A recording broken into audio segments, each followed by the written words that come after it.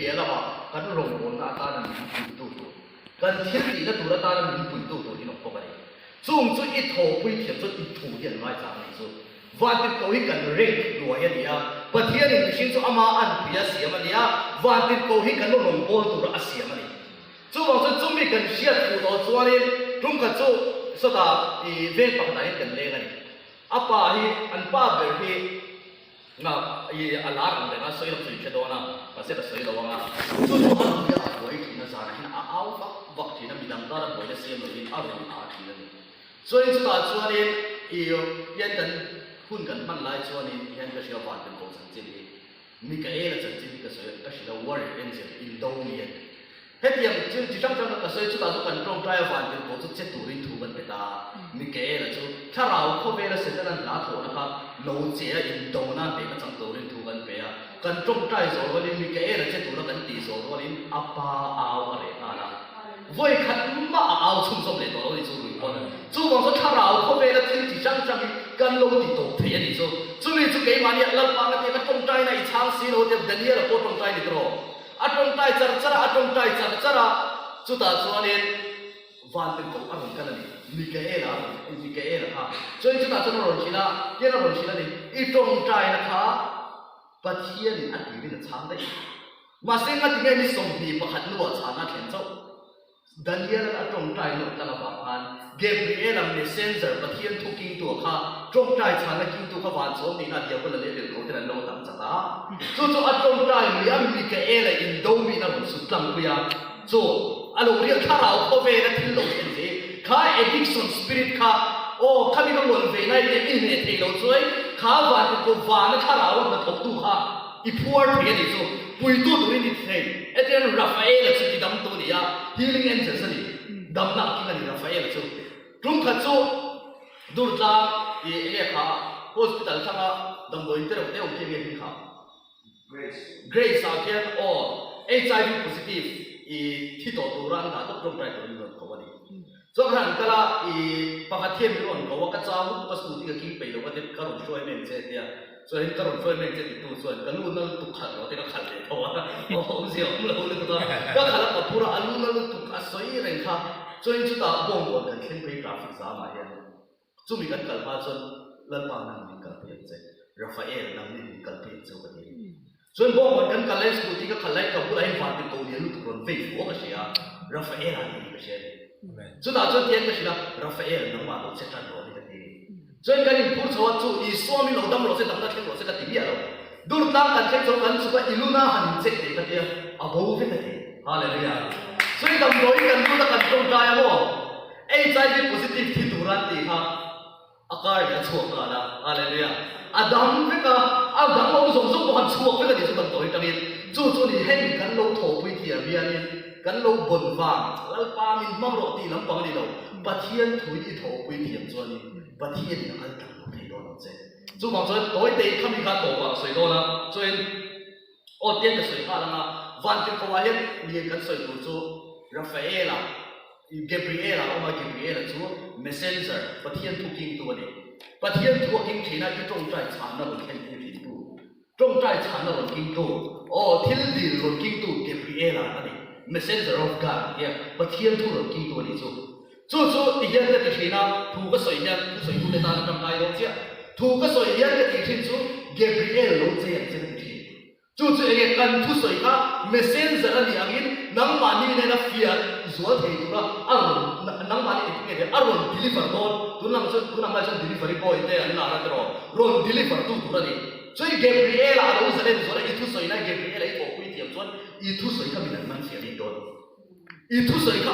能多的多，就是你一头灰点被说了，所以他把你那说的 Gabriel 说这米格埃老嘞，米格埃是印度米，warrior angel 的印度米的，米格埃就是他老靠背啦，你那名真不清楚，一种在产那个情，还没读说的，哎这个点，晚上你那点不来的，搞点 Gabriel 还弄的。米格埃尔是当归为的开，哈利路亚！所以那种种在产的哈罗听开的时候，这个等那你人那个地方个光点那个红听开了，我晚从你那边过来的过程老得开着，不天那天的地拉罗听开了，晚从你那边过来的过程老得开着， Daniel lam neu tong trai na po an dan so na tong trai na dam thei ta kan niam tro chu wang soi an dam thei chu ta tak so de Gabriel chu messenger mo de do mi ni pero chu ta tak chu Gabriel ron pui turin Mikael ai la thei Mikael lam man ron put lam ti thei ni so na patung na so Rafael na sina ka soi kha healing angel dam na king tu mi dam tai dam na om to lo ten tro pathian mi po che ho ka rafa ti dam tu pathian ni chu ta awan ti ko te ko dam na king an lo zui ni chu ta ka dam na om to lo ti so a tham Rafael dam na king tu Manipur kan ko than Rafael de Mikael van ti ko ti sak kan mi thok wi do ti pathian mi sia ti khan kha ho ko ti na ka sil ka ti khan thu ka soi lai yin hin dam soi rin ka soi ya ni chu ti ka soi lai ju mi sia do ya ni ka bula fa ti ko ron ve ka sia ta so healing dam na la pa soi wa khani dam na soi lai chu ani Gabriel on ve ni do lo Rafael ani sia ni Rafael chu ta chon kan thu an lai sa van ti ko hi bo ibula an oma ma se nang ma na thu I pe kun an lai sa ko an tu tu da ni che ko thei lo nang ma na che tu da I ti kun ha ko chu ta chu ka bula ron ve chan chan ka se thiam lo ma ti he ta om le mi pui sing a che tu chu ta chon e ka mi ko na ro thu ko pe kun ha ni sia chu ta chon thu ka soi lai chon ko mai ka da sa na Rafael lo nang ma lo che lo le ka ti so chu ta thu ka soi zum le a ka ni khom ma na ri ko chu mo thu ka soi lai ken sa ko ho to thu ka soi lai dam ma lo khen to ka ni chu ma te ke ma ba ti to le Rafael lo ko che healing angels ka lo ko chu la ni chu chu ni thu I pe ko na ma hallelujah ma te ke tong tai chan na ro na chem ke lo Mikael ka ti tu ri shi lo hallelujah ti tu lo shi lo ti tu ri shi lo so mo an hoi hu me va ti ko ni mo lo to ka ka te ne ti ka ka te han nang ma na thu I pe ko na ka ni so dam dai ma moi in chung kwa na o men in chung kwa na tai tha za re Rafael che ti ro Rafael ke chung kwa na ro to ka sa nang ma lo sa le nang ma lo che chi ro hallelujah so mi thu I pe kun chung na ko so na pa li na ke Uriela chu pathian mai an king tu fai ya ni ni thu ka soi do na pe ye hey ni thu ka soi da style sak sak ka tha ka asang so bu le asang so le pa ni de choi mo na chin na mi tu me ka o yang dia ka ao cheng lam pang ka tiang de wan fai ya lam pang so chu mi fai ya zo ma ka do chon Uriela ka che ni thi na acha chu pathian mai an king tu fai ya king tu ni tat chu mi so hem van te company hi adam ko ta worshipper chu seraphim mai RD oma worshipper ani ta worship ni na seraphim te o nang ma ni ro che pi ro seraphim te worship ro li pi ro chu mi kan soi le lo pathian ro pi na cho rong kan bo na mo I worship li la ya ni pathian glory king tu pathian ro pi na king tu van ko ni ka bo ni a chai wong sa ni te de ja asa pa lian lu tu ki chu ta choi ni ro shi chu worship so in pathian che tu ni ro shi na ni chu ta ta chon seraphim ko chu ka bia seraphim te o pathian lo fa tu chu chu ta ta choi ni ke me kan worship team ho worship an li la ya ni kan worship li tu be guitarist sai tu be ka mi dang sai tu tu lo wa ano chu ke ni so in guitar king tu khat ye guitar ki lai mai ka kan lo kan san dei chu mai ka teng ron ka sa keyboardist nen ki an vai chu lai mai ka teng ni ron sai to a pa han na tu ru tam mi pui song sai camera lek na chang ko an chelo moi tu khami ka van moi tu ka bula mi ka va o chu siam pui zia tu ti tu man camera la chang de pathian ro pui na lo chen na sang la camera lo tin thei de hi mo e pa thei ve ta ring lo ro pui tu camera ni ko ko to so wang sai khat yang ho ka I tho pui thian so ti na RDM worship ka ni to na so so te ka ta so bi so music ka ti ta na bo ro ka ti ku so na worship ho ni mo so tam du te ve ni ni ti ku soi ko ta to hi mo ma se chu mi ai so seraphim nam ni ro worship hallelujah na chin ta hallelujah man guitar he headline ho ma guitar he la pa thum che ka per the ma ni chu ta so Isu di le nam ne chuan ti hi tu na ka thiam thara le nge ko ha lal pa na lo tu me ka nei kan tar kai tu ha cấp để cho người ta bị giải quyết cái chỗ là bạn khi mà chơi cái giải thể đâu à tất nhiên là lúc mà chúng chơi cái việc thiệt vậy mà sẽ chúng ta tập trung là chỉ là cái lower ship này tiền cái low guitar cái low bên bên chúng ta tập trung là chỉ là cái sự cái phản tình của công này chúng ta cho nó rồi này nó lần ba chúng ta rồi kinh trang được ý khó mình ý khó là vậy đấy จุดอาจจะลังป้าวันที่เขารอนอมเซราฟิมเขาอีกนั่นวอร์ชิปปุยจ้างก็ถูกก็ไม่ตัวหันก็ตรงใจนี่ช่วยปะเทียนเจนจินรองเข่งมาสรุปตัวเหตุการณ์นั้นให้ก็มีที่หลงทะเลในสมันตัวลังป้าเห็นไอ้บุญในช่วยคุยกับตาเราลังป้าเห็นไอ้บุญในนังมาเห็นตูนหุ่นตรงตูนเห็นลงมาลงกันอะไรเนี่ยแล้วที่นั่นไว้ในทูสวยเมียเลยละโหเลยเลยละมกลงมาตั้งอาจารย์ช่วยในกิจสุนันทิสวยกันเลยตรงเลยตัวอะไรเนี่ยแล้วอีสวะอารมณ์เข่งเลยตัวนี่อะไรเนี่ยอะไรช่วยนั่นอีสวะก็ต้องช่วยลังป้าอะไรเนี่ยที่ฮันกันเองเราเห็นตั้งแต่สุดรองกบอลเวนัลตัวสิ่งนี้แต่ทุกส่วนอันนี้มันเชื่อแบบก็เสียอ๋อจุดที่รองกบอลเราส่วนกระรองส่วนกันดีมาสิลันลีสัวกันต้นส่วนอาเจนสินักกันน้องส่วนโม่รองที่กันบอลเราที่กันเต่าส่วนอะไรเนี่ยด่ากันนี่นั่นนี่ตัวเราเก็บพวกเงินเวทีนั่นนี่อ๋อเงินที่ไอ้ส่วนเวทีเราไม่ใช่อ่ะอ๋อซุ่มเงินที่ตั้งแต่ส่วนกันดีแต่สิการตั้งแต่ซุ่มกับอินเวสคุณก็กัลโดนี่อีสกุลกัลมาซุ่มเราดีขัดกันอีกเราสกุลกัลที่เราไม่รู้เราตัวนี้ขัดเดียวกับขันไอ้อัดตัวกับไม่ต้องกับผมเคยอินสเกตก็สู้กับผมเคยแล้วว่าขัดเดียวก็ต่างชั่วขัดนี่ไอ้กับตาเนี่ยเขาเวลามาหินที่อาหันมาสักตูนแค่เรียนกันนี่กงไปอะไรการสกุลที่งานการกงแค่มาซู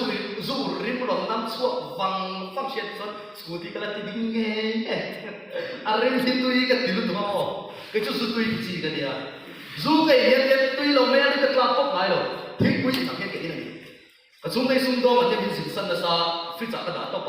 ข้าตัวกินสั่นเกี่ยวซุ่มเลยเดี๋ยวมันตามจนกลางสั่นข้าวฟันหาร์ตมาเสียงเตียงกลางสั่นเฮ้ยเตียงจนเชื่อมหุ่นกับตั้งไม่ยังเตียงจนเตียงขัดเตียงตีนี่หรอแล้วป้าเจนจินนักตรงกับกลางสั่นทันต่อเราอะไรเนี่ย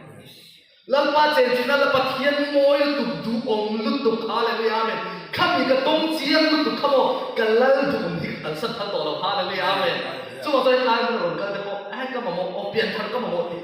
ยินใจมันละเทียนกระจงใจนะทูมันมีแก่อีกนานก็ตีมันดีหรอกเหตุการณ์มันผมช่วยแล้วอีกส่วนตรงเราอะไรเนี่ยเหตุการณ์มันผมช่วยแล้วเราลงบอลตัวแต่พอแล้วผ่านนั้นมันโดนทิ้งโดนจนลงบอลได้เห็นองค์เสียงเราเราอะไรเนี่ยทูทันตั้งกันบัดนี้พลังมันสวยอย่างนี้ตัวอันนู้นให้ตาเจ้ามาโลฟโลซาไม่เราโลหัดซาเล่นกุตันเราเบ้อะหินกันนี่ละหินนุ่มสวยนุ่มเบ็ดสวยชอบเบ็ดมกันตีอินสตาแกรมมันทุกส่วนกันโพสต์มีปักวัวเวลีนี่มาหันสวยชัดเอ็นนี่มีสมงาสมสรีเวลีนั้นเราไล่ก็เขาเวลาทุกส่วนเฉียบเป็นอะไรที่อ่อนเขาเวลาทุกส่วนนุ่มเป็นอะไรที่อ่อนจะบอกที่อ่อนจู่บอกจะเองที่เนี่ยนี่ยังที่เห็นจะกินลั่นป้านี่มันเขียนตัวส่วนก็รวมโบนัสทุกส่วนที่ยาวเสียวเราที่เนี่ยที่ขาเอ็กซ์โซดัสนี่สุดทุกตัวบ้านโมเสียเลยประเทศนั้นเดียร์ว่าที่อับราฮัมจะมีรำเทียมสวยตัวสุดท้ายส่วนนี้ไอ้บุตรมาอันตั้งสระสระโมเสสช่วยช่วยเลยเอ็กซ์โซดัสบุกส่งทุกประตูมาโมเสียเลยประเทศนั้นอยู่ในตัดเสียสุดท้ายส่วนนี้ที่เนี่ยที่ประเทศนี้โมเสียเนี่ยนะครับอีป้าอับราฮัมเตอิสระเตสกอประเทศนี้รำกระโดดเทียมโตอันนั้นรำจนบรรลุตัวเลยอิสราเอลว่าจะนำลุ่นต่างอินเดียเกี่ยอินเดียกับเรากันจนกัดหัดสิมิพลังเจ้าเกี่ยอินเดียกับเราเราก็ฟังถึงคนนั้นกันไปต่อเจ้าเตยสุดท้ายส่วนนี้ที่โมเสสโมอับราฮัมอิสระสกอประเทศเนี่ยตั้งแต่เราเทียบตัวกันนั้นเราอันโน้ตจัดตัวบรรลุตัวสุดท้ายไอ้พวกการใจพระสัตว์นั้นช่วยช่วยกันเฉลี่ยรับสมเด็จตาอันตั้งจนกันนั้นเราตัวมาเลยตัวเสียสุดที่นั่นเห็นแต่อาร์ดีเอ็นประเทศเนี่ยนะกิจการเราอยู่ได้แล้วไปนังมาให้โตเป็นกับวอร์สชีเจ้ากิจการพวกเป็นสู้สู้โตกิจการทำบินกับเราที่เราที่จ้านี่ส่วนเห็นแต่มาฝักเตะที่ประเทศเราเนี่ยก็ฝักอาร์ดีเอ็นมินฝักนั้นมันเกี่ยมามีวอร์สนั้นกิจการสู้เป็นสู้สู้ตัวสู้บางส่วนกิจการทำเลยสักแต่ตรงนี้เราเลยสักแต่เจ้าที่ส่วนส่วนมาฝักเตะที่ลูกมาประเทศนะครับส่วนมาฝักเตะส่วนเห็นแต่มาปุยอาไม่ใช่ละ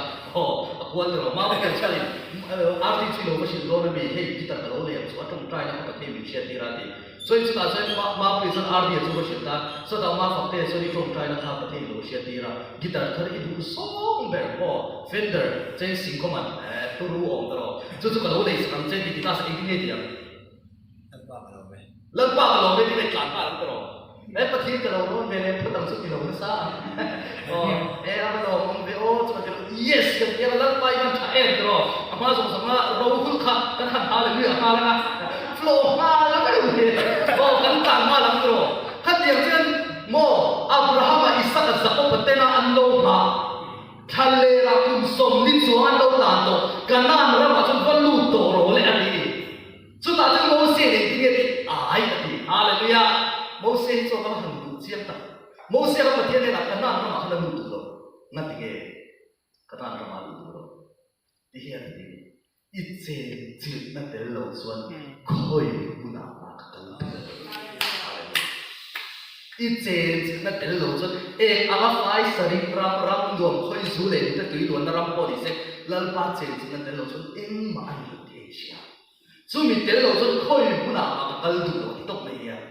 so chúng ta cho này nghe tiếng lên bát thì nghe thì asap cũng nghe nó phía cái tiếng soi lúc mà thế nào uống tiếng nó rồi mong muốn một cái chuyện không đúng mà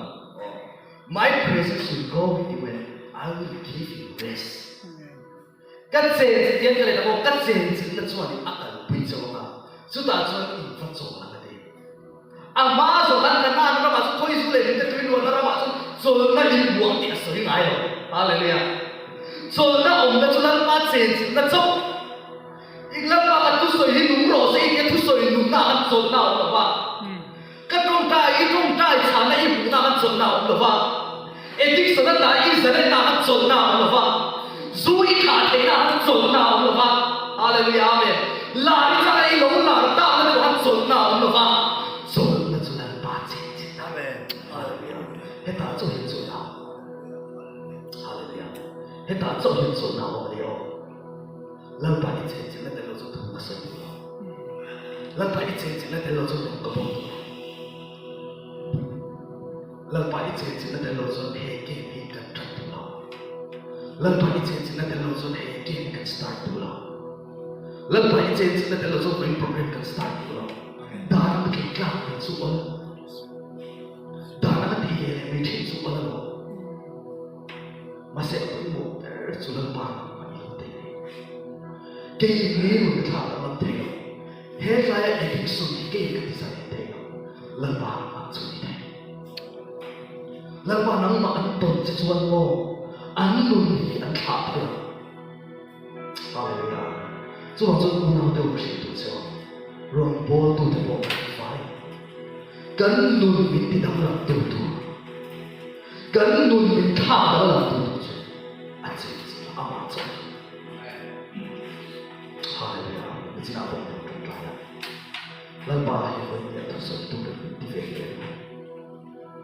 lần ba cái testimony trong thế, cái lâu experience trong thế,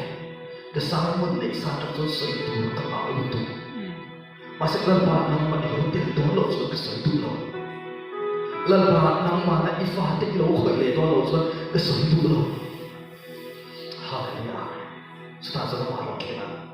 Hallelujah. Saya tiap lo pakai itu tolong. Kalau topik lepas lo pakai tolong arti. Hallelujah. Music kita saya tiap lo mungkin keyboard tu kita kalau saya tiap lah. Hallelujah. Romi tolong. Hallelujah. Kita suci. Boleh kalau di dalam berkebun, ada satu. Asal kalau pun di boleh dalam di siapa. Wanau tu mungkin bukan sekolah. Kafang kita lo kaki suara, kaki suara. Mà sẽ cắt thả thì chót luôn lần bà khá với nhà đã đi xuống lệ tổ lần bà khá các lệ tổ mà sẽ nông bái các một thơ sĩ ngồi sẽ làm các cờ sân thơ lầu sẽ các tiếng chú ý xóa xóa à tổ bà mình tìm với lệ chi à tổ bà mình xóa lệ chi cái chú cả xóa lệ tổ cái chú cả phong kim lầu cái chú cả thái biệt lệ phong chi chú hồng dân đi xuôi cái thằng thơ đi xuôi cái thằng mắm lẩu rồi, đi xuôi cái thằng này thấy lắm cho anh tiếc, sẽ những cơn buồn đi đặt sổ vào lắm, anh tiếc sẽ những cơn buồn bị áp đảo, với những cái đầu đôi ta, đi xuôi cái khó về không mà chọn để là đó, kẹp tu mà, tắm tắm bây giờ có kẹp bảy mai rồi mà nắm mà đi xuôi kẹp đây cũng mấy thế, tắm tới sẽ tới đây kẹp đâu đi sẽ tới đây cần kẹp rồi, kẹp hiểu sẽ tới tìm mấy rồi tắm tới rồi. Các điểm không phải là hành vọng về đó lần ba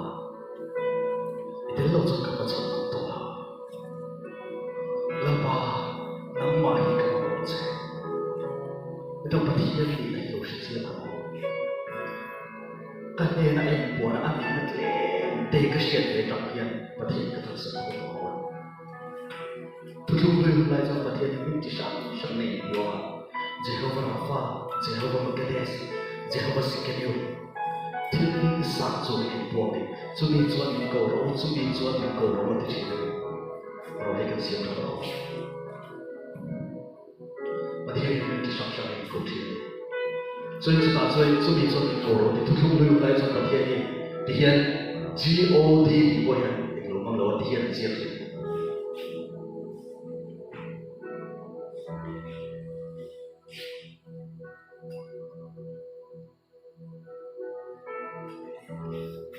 Thế thì một sốประเทศมีความเสี่ยงตรงนี้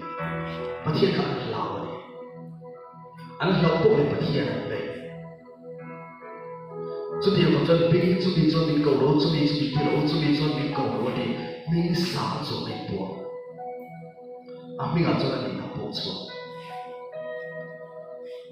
อันนั้นจะประเทศในมีเอาเราว่าฉันจะทุกทางไปทุกวันส่วนรวมผู้เรียนจากสองตำราจนกันเชียร์ลูกน้องเราบอกว่าในตัวนี้บอยนี่มันทำเอาอีกบัวอีสีแล้วว่าฟ้านี่มันทำเอาอีกบัวอีสองแก่จูทำเอาบางส่วนอาบ้ากับบ้าดีกันเอาเฉยๆทุกๆทำจนมีปักเอ็นตัวทุกๆเลือดจนมีสามส่วนมีเอาวันนี้ทุกๆทำจนมีปักเจ้าเองจนมีอาบ้ามิโซต้องเห็นกับป้าดีนั่นแหละนะอะไรเจียงเราตัวเนี้ยอาราบิกนั่นตรงออริจินัลวันเราส่วนอาราบิกเนี่ยสุดท้ายสุดเองอาบ้าดีเฮ้ยกับป้า father ที่นั่นเลยอินเชียร์เฮ้ยวิธีเป็นกันที่ตัวเราปัจจัยส่วนอาลูอาบ้ากันที่ส่วนกันที่การีกันเลย close ไปคนเดียวมาสิกับป้ากันดูกันที่สิ่งไหนส่วนแค่มันหลังเดียวตัวเดียวไม่ตัวส่วนของส่วนกับป้าดีเห็นเฮ้ยที่ตั้งแต่ที่เราคิดเลยมิโซะที่เราเล่นที่เราฟังจุดอาราบิกออริจินัลว่าจุด father กับป้าที่นั่นที่เราอาบ้าที่สุดเด็ดอาบ้าที่นั่นอะไรไม่ได้ทุกคนเลยจุดมีจุดมีโกรธจุดมีจุดมีโกรธเนี่ย God ที่พูดถึงเสียคำเรามาเสร็จทุกท่านจะได้ยินอาบ้าที่โกรธกันบ้าอะไรไม่ได้เราบรรลัยป้าได้ฟูเต็มเล็กสุดipa chupa dispute ta khauta ni zoi pathian dispute ta khauta ni budo I har sa ta mura po om ngai ro I buai ro mura po om ngai ro pa I ni zoi khatia pathian tha bu ti non ege mo ni leka ro haw ma thi ege mo ni leka I put khoi ro ti ma thi khatia pai le zoi khatia I ti su la pia ka ro ko ma thi zoi I ti su la pia ka ro shin ma thi zoi pathian na ti don masa ka fa khatia zoiประเทศนี้กันเลยประเทศเราเราเฮ้ยประเทศที่กันตีสากันป้าแต่เฮ้ยเรียกกันป้าจุกันตีสานี่นะป้าเนี่ยจุมาเสกันป้าตั้งจุบานเลยมีเสียงตัวจุบานเลยอะไรไม่เอาจู่นี่ไว้เนี่ยเฮ้ยอีป้าเนี่ยน่าเราดีละอีป้าจู่นี่หาสักคนน่าตัวงานถึงเจ้าอีลูกส่วนเราเป็นเองเงี้ยกันติดโน้ตเต้ฟันไอ้ตัวส่วนเชียร์ไอ้เวลตีเต้กี่ที่เขาส่งกันนั่นเองเราก็จะรอ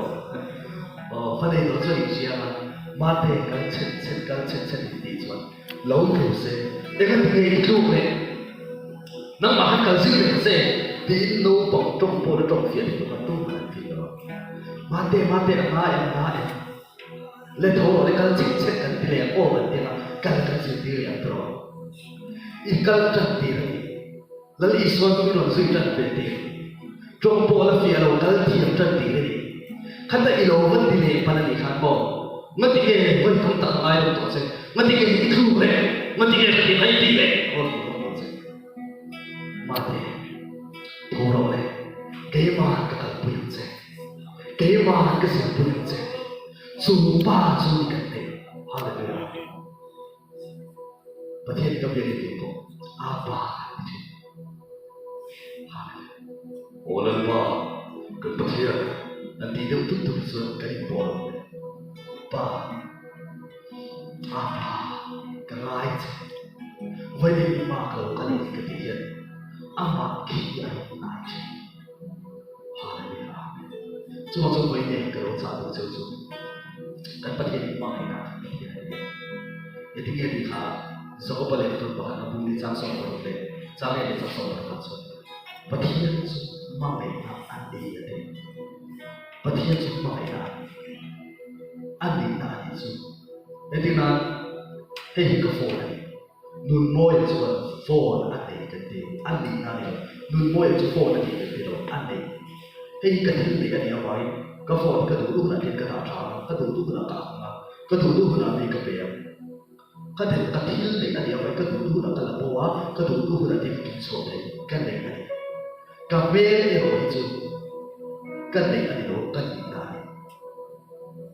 nun mo ya so be le te ti bai ro ka be ni ka ni na voi chu ko mu to of me ko me ta ka be ka ta thadi ni ka te ro voi hi a ka be ni te to ko me ka ta thadi ni ka te ro a tha na ma ko ta ai no pero so ta che ta ma ko ta ai an ni ta a ka ko ta ai ka te yang che ro pa ti ya ne ma me na an le ye ro ma me na an ni haleluya ani su ka ma me to ro te a lu mun e me bin ta sa mun e me ke ba lu ta chong thu lu ki ke su ta po na ti te ro su ma ma me pe to ro a ti te ro an ni na an ni a va a ma me e che na ni hian e ka ne ye ro an ni na ni an tu bin jing so ram te sen ta ho ni sa la to tai chao e me an flow every worship life with till the day to chapter to be six tan e ve ro te ma te ro an ni na an ya vai lu ro wa ta ka e ve ka ai kha ti an se pa thi ni mo ma me na ya kan sa vai am kha te ka mi ma me na hallelujah a ma me ro te ro se e kha so ni ma ka mi ma me ro he a te ro ti khan su ko so voi ni pa thi ma me tu se ni ya la ba hallelujah e ti ro kum sai kum riat bo so de kan bo de ra nuang ka ti pe so hai thil ti sa chung kan la bo kan tong de do kan tong tra de do i te ro ka kel sar bo te bo wa kal te to te kala mi thi de kon tho wa a ro pi ni pa thien na tho ka ma se he so sum a he bo ka ti so lan pa lo nai chi amen lalpa pula la ho ma lalpa lo ai che rum kha chu cancer hospital la trong trai pathian chen sa e ma pathian buông na sa kal thei to lo te ma kala lei cancer ale thi to an ti kha chom le chin ale ro tam fe ka ale ro che ya ka de pathian na thon sa lu tu ni e na ho hi ka be ka da tha ma ra da so worship so ka play ya so ta sia chuan thao thì mình làm công việc gì, cái ta khi đã sinh ra khi hành thế nào, cái tai cũng là lỗ lỗ bây giờ cái cha tổ nó cũng sẽ lỗ đi đi xuống, hallelujah, cái gì sự lỗ bắt thiên là thế à, bắt thiên này nó lỗ từ ai social media cái lỗ mà, status cái lỗ mà, hallelujah, anh đi lỗ lần ba này cái là lỗ mà, hallelujah, số bọn con chú ý số à chú, em tôi nghe các biệt thảo thế này à. Em thu nghe các bạn bộ, em sáng nghe các bạn bộ thì nó đi lần ba nắng mai tốt sẽ cái gì hallelujah nắng mai in in chuan chú ý xua chú ý tung mà đi chuan in anh đi đâu là lộn thế đâu một về rồi thấy bất lạc không về là thấy to bất lạc không về là nó chỉ sao sang lộn thế mà bộ yên ta các bạn thảo luận là sẽ cần các biến thân cái em bị đua có thả thì các bạn bạn em mà sẽ cái gì Giêsu là lâu thế hallelujah hết lại cũng mấy làm thế game đi xem tại hiện khi lại thì trong trái thì rùm mà hiện áp hiện do anh hiện do anh hiện rùm khăn cho trong trái lần ba với đi nằm phải được thôi cái chuyện gì nắng mà không phật sẽ ruộng đất tiền mà sẽ nắng mà hết toàn tất tất sẽ cái gì chúng ta dùng cái trong trái à rê thằng cái trong trái mới có ổn đâu như nó đang làm tất cả chúng ta dùng cái lý do là đúng thế cái gì là lý do của ông đâu mà đúng thế cái gì à các bộ khu mà các bị tuyệt là nấu bằng nu lệ ba này là thiên nhiên nghề thể to bản trong bản này cái chỗ lần mà cái gì như thế này là yêu chỉ là nắng mà những lâu tu thì nắng mà những thể na này là bị la ra ifa thì thì sẽ là ít là ít mang cái này vậy thôi tất nhiên đủ về chỉ tuân về chỉ cái điều này cho nên mình đi chọn à là có bộ các bài thì cái gì thế là sự một vấn đề à là chúng ta sẽ nghe thế các bài thì cái gì các bài thì các phần số là lấy ra cái đa thế thế là lấy ra thế đó thì các bài thì lấy thế đó asaklan mereka berkuala sudah sudah dari suake kepada ake yang kebuang oi itu kovel til khamai tua na alim zongkon kahar satna kamang anna bo yang kata na khamai tua na alim tua adu lutuk athan lutuk na khan katsum ding zongkon ni fatbe kadingan sudah suani siap tak hemero dia kafapa tahan tingro tahu buat apa saja. Keseluruhan mereka tak ada suatu khas, pintu pun ada yang aneh di dalam sini. Sudah sudah ketika dia kembali kepada Haleluya. Lalu sudah berkuat. Kadang kita main khabar kadang Haleluya. Minggu awal. Jadi sekarang masih kita nasal tu awal so kalian lupa bang. Kesulitan tidak terjadi, kehangat itu kuat tidak.主耶稣啊，就为你个他们多了，个干什么多了？啊，不能忘了人吧，哈利路亚，能吧呢？不能得，大了一岁，哈利路亚，明白。illa ba ve tak chi ya bong ko nai ka chi ka bong ko chi chi ka bong ko zo mi ku ka lai le bo lo ti ba sha ka ni da ma se la ye su ka ta su ka illa ba ti to ka ba han te ki la chi ta ka chu le ka ba han ko chi ta với cái khét cái chủ ý số chúng tôi diễn ra cái là cái nào lần qua mình mang về lần qua mình cả làm gì đó lần qua ở tụi năm mai cả thằng nó sẽ tập đi cái tụi đi thôi là mà lần qua năm mai tụi chuyện lần qua năm mai chuyện năm mai đi cái biển săn năm mai đi rong cái bờ săn năm mai đi lại cái game cái bờ săn Hallelujah năm mai đi lại game cái xiềng săn Hallelujah lần qua game on lúc đấy worker sau cái đó game person lúc đấy hiện một năm mà anh tuân thủ cho cần game theo không phải đấy Hallelujah thu cái số tiền cái số tiền cái lỗ nó bền vững với thu số chẳng lẽ này số lúc lẽ này thu số tiền nhắm lẽ và thì là cái sản lẽ mấy tiền lỗ số tiền dùng lỗ năm nun mỗi em kinh nghiệm đảm bảo trên về thì cũng vâng nun mỗi em kinh nghiệm sẽ lên đã trên về thì nó vâng ít nun nó chua sẽ lên đó là kinh nghiệm với chú đi xóa cái tốt này với chú đi xóa là ok cái này là đi xóa thủ đi đâu à vì đi đâu sẽ chụp chụp na là đi xóa vì làm chụp tầm nào mà là đi xóa vì cái này cho nó huay đến cả sự gì đó là đi xóa vì cái này cho xem buồn nó không gì đó là đi xóa vì cái này cho làm cái tiền cả bốc thì mà là quên thì mình mà quên mình wow nun mỗi ngày tập nào đâu đi xóa vì nào Hallelujah anh này Isu này cái này Isu này in này Isu này không biết đâu chắc bị gõ đâu anh đi qua đây xong ít thì về thế Hallelujah về cái này Isu doctor này Isu every thế này Isu mà biết này Isu lên hát cũng cái này Isu về đi cái này Isu cái này Isu in này Isu anh làm việc anh nói thì giờ thì nó biết đấy akal chẳng sống thì Hallelujah Amen mimpi cái nào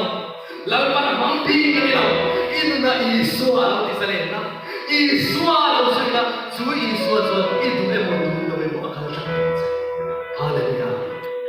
su mình đi xua cái tông chiếm tụi cái đi xua cái tông tông rồi à thì mặc thì mình thì cái thọ đi ra đâm tổ mình thì hoặc bây giờ hallelujah đâm tổ cần trong trái tụi nó ăn đâm chi na mình thì cần trong trái tụi nó ăn nồng thâu á hallelujah đâm tổ cần trong trái tụi nó thì lại cần mất nghe cần ama này tụi cái sợi đó cái gì lần phải nghe cái sợi lần phải nghe cái sợi lần phải sợi tụi mình sửa cái tiếng này lần phải nghe cái sợi lần phải tiếng nghe trên thu hallelujah lần phải cho mình muốn cho mình lần nắng mà mình cần thu được không lần phải với mình cho mình lần tập trung vào những sự về đó hallelujah lần phải chú Giêsu chú suy là sa khua là lo suy tổ đó là Giêsu lo suy là Giêsu là chúa sẽ này chứ Giêsu lo thua mà bị chết á bây giờ thằng ông sẽ xả á hallelujah anh懂那这个水咯hallelujah chúng ta sẽ hiện cái trong trang đó cái nông vật lại trong cái bí lệ bút để hiện nó sôi khi nó vào nó chỉ là một ăn đi thì nó sẽ là cái đó hay thu nguồn bút đi chúng ta cái nông vật lại trong cái bí lệ bút để là lưu lấy quan tâm đến sự thi và nó chúng có thể là sao nó tụi nó là tiền đầu tiền ông chúa anh ấy tắt lên chút gì ông mà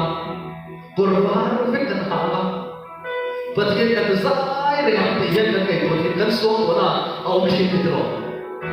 và nó tại các bệnh đầu thì ở bố mình về cái gì dài lúc thì nó phải trốn vô hành sản cái mất tự do này của nó bệnh đua rồi đâu nhỉ mà sẽ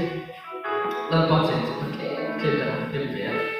ông cũng là cái hàng vé bài bữa cái hàng chia ra thu soi sắc cái hàng này là và nó cho cái tiền thay đổi được nó và nó mà cho tiền tu sắc lâu ông tu thủ thếแล้วอีสัวว่ามันทิ้งสัวไปลงกันสามตาแต่ฝันมันมาจนมีเป็นเลยถูกแต่กันตีเลยไอ้พวกฟุตบอลอะไรนี่ก็ช่างเดือดทีเลยส่วนมาเสร็จแล้วอีสัวลงบอลนะไว้ก็แต่เสร็จฝันมันมาจนฟุตบอลอะไรกันเนี่ยก็เดี๋ยวจนเดี๋ยวจะกันเดี๋ยวที่ช่างจะลงตีข้างกันเชื่อสัวกันเนี่ยฝันมันข้าให้กันขัดสักกันสิมาเสร็จข้ามนี่กันเปลี่ยนทันทีกันนั่นกันถูกมั้ยอันเจนสินั่นกันองตะทุกวันทุกนี่กันเชียร์สวรรค์ฮาเลลูยาเป็นทุกวันทุกนี่จะได้เห็นเสียงอุปสมบทปลีเตระเมียนเมตุชัมปูปลีเตข้าชูจาริโจลิประเทศจีนดูปลีชูจาริโจลิเป็นจัตุริประเทศจีนกุตบทุกวันพวกนี้ค่ะประเทศนี้นำไปสู่ดิวตีเหตุไรพวกเราเห็นน้องว่าโจลิเป็นจีนกุตบอันที่อาฟังอันที่อันนี้เราประเทศเราคุยเรื่องมันจีนผู้เราเทเราสอบฮาเลลูยาเลยที่เห็นตรงใจหลังว่าอันเป็นเรื่องผู้ที่จีนจะมีชื่อที่นั่งวันนั้นจะบริเวณที่ที่masa dia jadi orang siapa faham kah itu kan sampai ya masa ini nak orang dia semua ibu ini itu orang nanti irobu ini ikan nanti ibai nanti orang dia ya lepas bila putra dosa kita bukan faham di masa anu bukan tahu haleluya ini nak orang saya serba orang nama faktor tu cuma ni saya anu bukan tahu haleluya chú ăn trên là do là lý xóa mà mình đụng tay để trên hallelujah lần ba cái tuần tiền cho ít thở hơn tổ thế không phải là chắc mà đi vào đây tuần cho phải đi biến thằng đầu tuần thế và thiên không suy gặp tuần thế lỗ mấy buồn chỉ lỗ số tuổi làm chỉ cần đào bông là saoควรอะไรไม่มาที่เราไม่ตัวจิตดาวบงละแล้วลีสวยเราส่งไปเลยแล้วลีสวยเราอุ้มสุดเลยเลยจูอีสวยเราในตัวจู